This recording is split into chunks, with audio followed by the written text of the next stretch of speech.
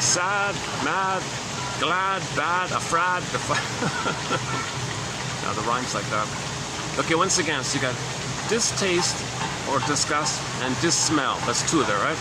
And the primary positive ones, he thinks it's interest and joy. Okay? So now you got four there, right? So what about the remaining five? The remaining five are, four of the remaining five are the unpleasant ones.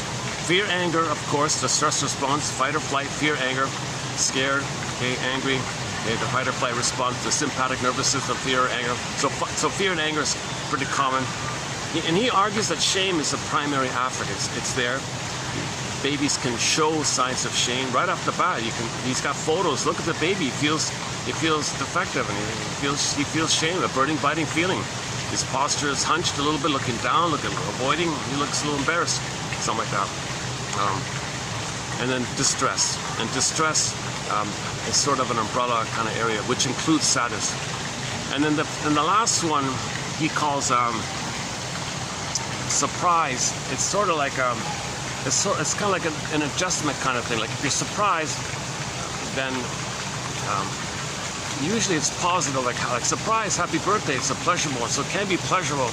But if there's too much surprise, it could be like a shock or a startle, and then it could be painful, like then it could be distress. So anyways, there's one called surprise. So he has it sort of in a different category.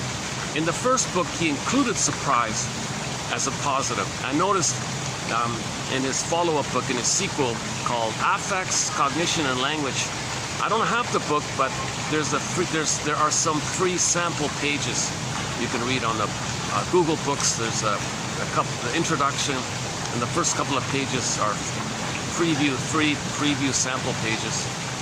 So in there, I noticed he took out surprise and put it as an adjustment. We call it like an adjustment, like a transitional adjustment kind of affect. Like you're surprised, and what does it take you back to? Pleasure or distress? Like little switching kind of thing. So anyways, other authors have different models about the primary affects. Some people say affects relate to visceral sensations, like the earliest sensations called affects. If you feel something but don't have a word for it, some people call it emotions. Once you put words for it, now it's called a feeling. Affect, emotion, feeling. People say emotion, feeling, same thing. People say affect, the three are all the same.